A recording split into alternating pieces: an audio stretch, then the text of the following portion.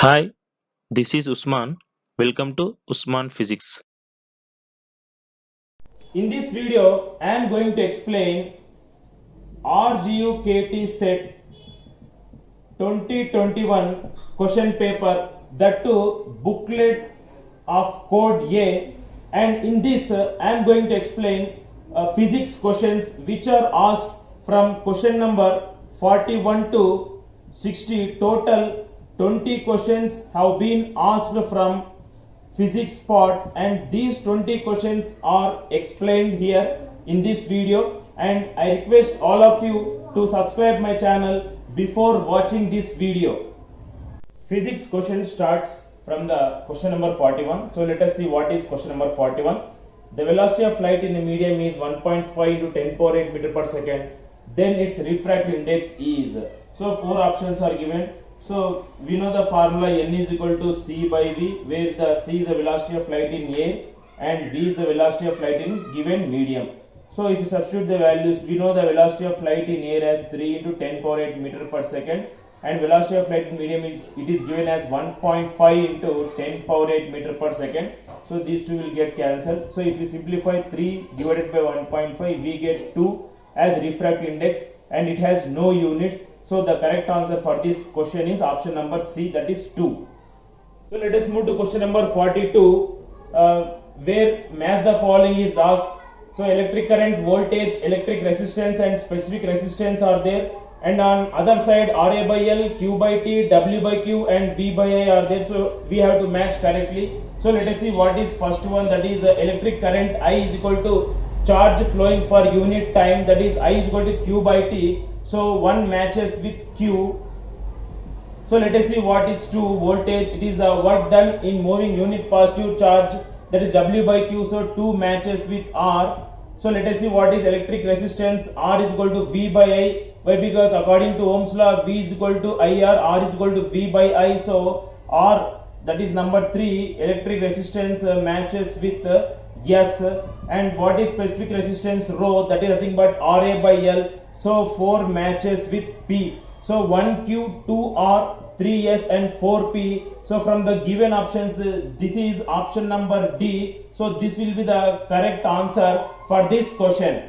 So let us move to question number 43. By observing the above activity, you observe that the light ray changes its direction at the interface separating two media.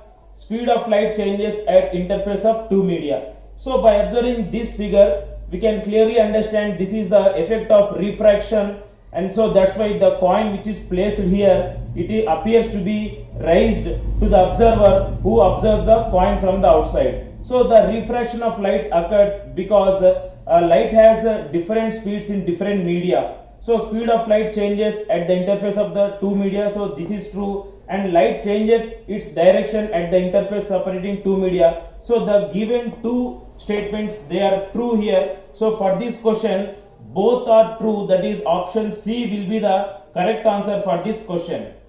So now question number 44. So statement 1 and 2 are given. So when two bodies are in thermal contact, they attain thermal equilibrium, and statement 2 is thermal equilibrium denotes a state of a body. It neither receives nor gives out heat energy. See, when two bodies are in thermal contact, when two bodies, when they are in different temperatures, when they are brought into thermal contact, then heat energy flows from a body at higher temperature to the body at lower temperature till both they attain the equilibrium, that is same temperature. So when these two bodies attain same temperature, then it is said that they have attained thermal equilibrium. So this statement is true, and thermal equilibrium denotes a state of a body. It neither receives nor gives out heat energy. So when these two bodies attain the same temperature, there is no transfer of heat energy from these two bodies. So this statement is also true. So for this question, both are true. Option C will be the correct answer. Let us see question number 45. Which of the following are correct? Specific heat of lead shots is 0.31 calorie per gram degree Celsius. So whereas this value is not correct, specific heat of lead shots is 0.031 calorie per gram degree Celsius, and 1 calorie per gram degree Celsius is equal to 4.186 into 10 power 3 joule per kg Kelvin. So this is correct. So this first one is wrong.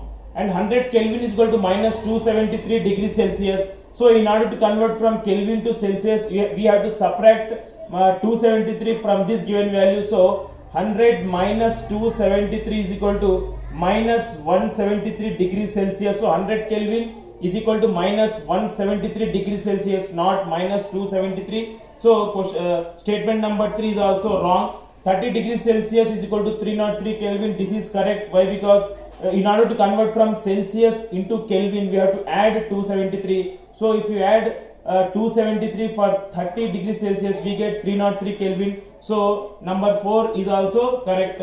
So among these options, among the 1, 2, 3, 4, number 2 and 4 are correct. So the option is here. So for this question, option C is the correct answer.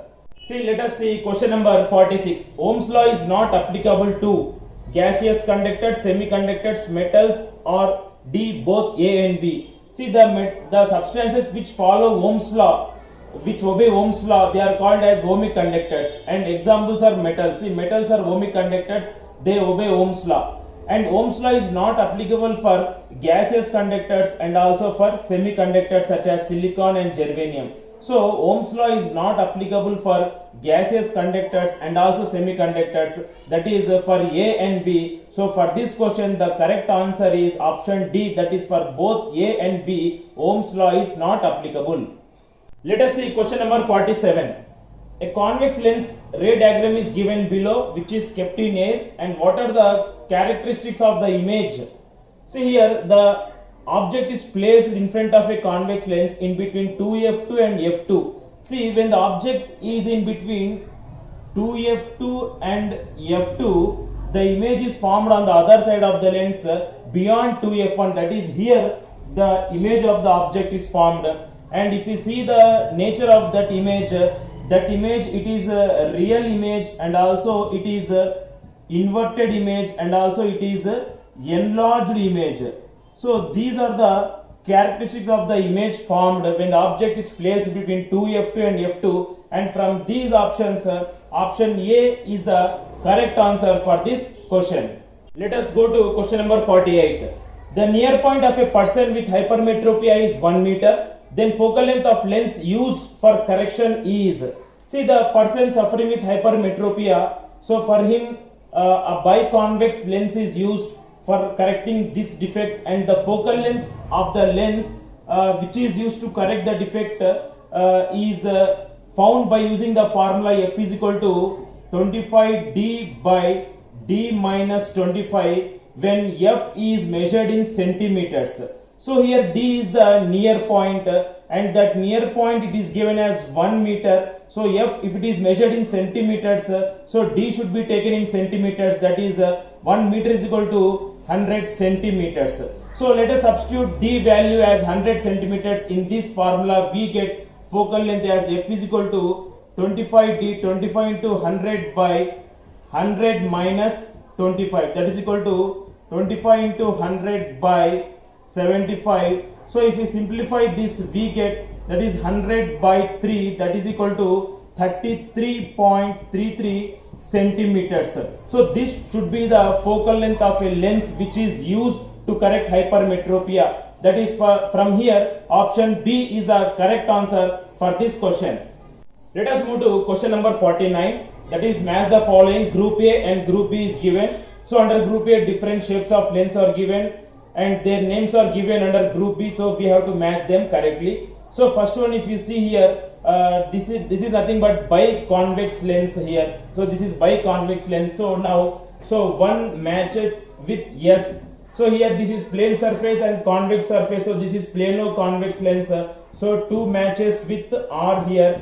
So 3 plano-concave lens. So 3 matches with P here. And if you see number 4th one, concavo-convex lens. So here 4 matches with Q. So 1 S, 2 R, 3 P and 4 Q. And this option, it is given as option number A for this question. So option A will be the correct answer. So now question number 50. The focal length of converging lens is 25 centimeters. Then power of the lens is. So focal length of converging lens, nothing but convex lens. For convex lens, focal length as per sign convention it is taken as positive. So focal length is plus 25 centimeters. So if we know the focal length, then power of the lens can be found by using the formula P is equal to 100 by F when F is taken in centimeters. So 100 by focal length 25 centimeters. So 25 ones, 25 4, that is 4 diopter. So as focal length is positive, so power is plus 4 diopters. So for this question, option D will be the correct answer. So now let us see question number 51. So here two statements are given, statement 1 and statement 2. We have to find which is true and which is false. So let us see statement 1. A magnetic field is said to be non-uniform if the strength or direction or both changes from point to point. See, if you see the bar magnet here, so let this be the north pole, let this be the south pole, and the field, it will start from north pole and it will enter into the south pole. And if you draw the field lines, they will look like this. That means at the poles, the field lines, they are closer, and it is said that the field is strong here. And here at this point, you can see the field lines, they are far away, and we can say here the field is somewhat weak here. So this is nothing but a non-uniform magnetic field. Why? Because the strength and direction, or sometimes they both changes from point to point. So what the statement 1 is given, a magnetic field is said to be non-uniform if the strength or direction or both changes from point to point, where this statement is absolutely true. Now let us come to statement 2. A magnetic field is said to be uniform if both strength and direction varies throughout the field. Varies means changes. So if strength and direction, if it is changes from point to point, then that is said to be non-uniform field. But in statement 2, it is given as magnetic field is said to be uniform. So where this statement is totally wrong here. So from the given options, statement 1 is true and statement 2 is false. So for this question, option A will be the correct answer. Now question number 52. The graph between voltage and current in ohmic conductors is parabola, straight line, curved line, or elliptical. So we know the conductors which obey Ohm's law, they are called as ohmic conductors, and for ohmic conductors the graph will be like this, that is, it will be of straight line. So for this question, the graph between, that is, voltage and current in ohmic conductors, it is nothing but straight line. So option B will be the correct answer for this question. Now question number 53. So it is match the following. Group A, under group A few statements are given, under group B the answers are given, so we have to match them correctly. So let us see one by one. So least distance of distant vision at age below 10 years. See, for children, least distance of distant vision, it will be very less, that is 7 to 8 centimeters. Now for them, so the one is matched with yes, so 1 yes. And least distance of distant vision at old age. For old age, that means for elderly people, the least distance will be very high, that is 1 to 2 meters. So least distance of distant vision at old age, it is 1 to 2 meters. So 2 is matched with P. Now minimum focal length of eye lens, as we know, this has 2.27 centimeters. So 3 is matched with Q, and maximum focal length of eye lens is 2.5 centimeters. So 4 is matched with R. So 1S, 2P, 3Q, and 4R, and this will be the option C for this question. So option C will be the correct answer for this question. Now question number 54. Resistance of the conducting wire is. See, here 4 statements are given and we have to find which of the above statements are true. Now let us see one by one statements. So first statement is resistance depends on length of the conductor, and we know that first statement, that is resistance of a conductor, it is directly proportional to the length of the conductor. So resistance depends upon the length of the conductor, so this statement is true. Now depends on area of cross section of the conductor. So as we see the second statement, resistance of a conductor, it is inversely proportional to the area of cross section. That means resistance depends upon area of cross section. So this statement is also true. Now let us come to third one. it does not depends on temperature. So if you see the statement 3, resistance definitely depends upon the temperature of the conductor. As resistance increases, temperature increases. So but here it is given it does not depends on temperature, so this statement is false. Now coming to fourth one, depends on the nature of the material. So it is definitely true. Why? Because different materials have different resistances, so this statement is also true. So among the four statements, number 1, 3, number 1, 2 and 4. So 1, 2, 4 statements are true, and from these options, option D will be the correct answer. That is option 1, statements 1, 2, 4 are true. So option D will be the correct answer for this question. So now question number 55. See, question number 55, 56 and 57. These three questions are assertion and reason type questions. So you can see the options in the question paper. So I will discuss which is the correct answer here. So assertion A, what is given? Let us see. Watermelon brought out of refrigerator retains coolness for a long time, and reason, watermelon contains large percentage of water, whereas here watermelon brought out of refrigerator retains coolness for a long time. It is absolutely true. Why? Because watermelon contains a large percentage of water, as water is a liquid which has very high specific heat value, that is 1 calorie per gram per degree Celsius. So that's why it retains its coolness for a long time. So for this question, the correct answer is option number A. Why? Because here assertion and reason both are true, and reason is the correct explanation of assertion. So for question number 55, A will be the correct answer. Now question number 56. So let us see what is assertion. A light ray travels from air medium to water medium. It bends away from the normal. So let us see whether assertion is true or false. So this is the normal to the surface, and this is the interface which separates, that is air medium from water medium.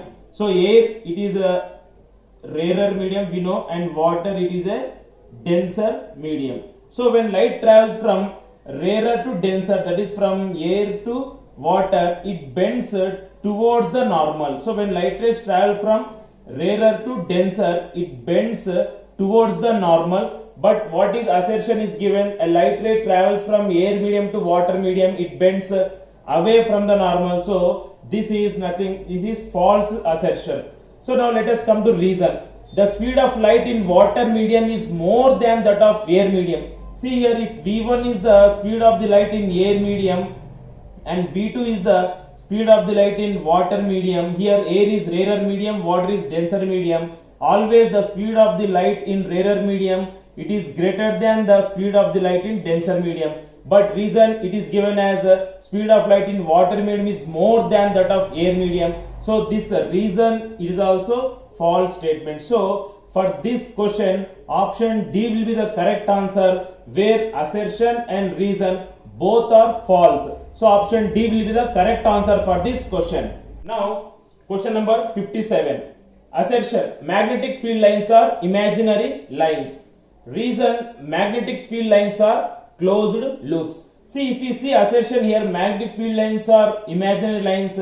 So assertion, it is true. Why? Because field lines, they are imaginary, already we know that. And reason, if you see the reason, magnetic field lines are closed loops, and that is also true. Why? Because they are closed loops starting from North Pole to South Pole, and inside the magnet they travel from South Pole to North Pole. So reason is also true here, but reason is not the correct explanation of assertion here. Both they are true, but reason is not the correct explanation of assertion. So the option B will be the correct answer for this question. Now let us see question number 58. It is given as match the following. See, under group A, some material mediums are given, and under group B, their refractive indices are given, and we have to match them correctly. So let us see what is first one, air. So air, so refractive index of air is 1.003. So 1 matches with yes, and number 2, that is water. The refractive index of water we know 1.33. So 2 matches with R and kerosene. Number 3, the refractive index of kerosene is 1.44. So 3 matches with Q, and refractive index of diamond, that is 4. It is nothing but 2.42. 4 matches with P. So 1 S, 2 R, 3 Q and 4 P will be the correct option. So this option appears as option B from the following options. So for 58, option B will be the correct answer. So now question number 59. 3 students focus a distant tree on a screen with the help of a convex lens. To determine focal length of convex lens, they measured the distances as given below. See, 3 students are there. Raju, Rana, Rama. Raju measured from lens to screen. Rana measured the focal length from screen to tree. Rama measured from tree to lens. So who measured focal length correctly? So let us draw the diagram here. So this is the distant tree, and with the help of convex lens they measured the focal length by focusing a distant tree. So here will be the screen. Now see, the light rays traveling parallel from this tree after falling on this lens, definitely they will focus at one point, and that is nothing but focus, and at the focus the screen is kept. So the light rays traveling parallel from the tree after falling on the lens, they will converge and they will meet at one point, and this is called as focus. And the distance from the lens and this focus, that is nothing but focal length. So if we want to measure the focal length, if we want to find the focal length of the lens, one has to measure the distance from the lens and the screen. So the distance between the screen and the lens, it will give the focal length of the lens. So among these 3 students, this student, that is Raju, has measured the focal length from lens to the screen, whereas other 2 students, they measured incorrectly. So Raju measured focal length correctly. So option A will be the correct answer for this question. Now let us move to question number 60, which is the last question in physics part of this exam. So the above diagram represents an eye defect, and the eye defect is dash, and the lens used for its correction is dash. See, by observing the diagram, we can see that the image of the object is forming behind the retina. That means the people whose focal length, whose minimum focal length, if it is more than 2.27 centimeters, then the image of the object, it forms behind the retina, and that eye defect, it is called as hypermetropia. And hypermetropia can be corrected by using convex lens. So defect is hypermetropia. Hypermetropia can be corrected by using convex lens. So option C will be the correct answer for this question. And thank you all of you for watching this total video.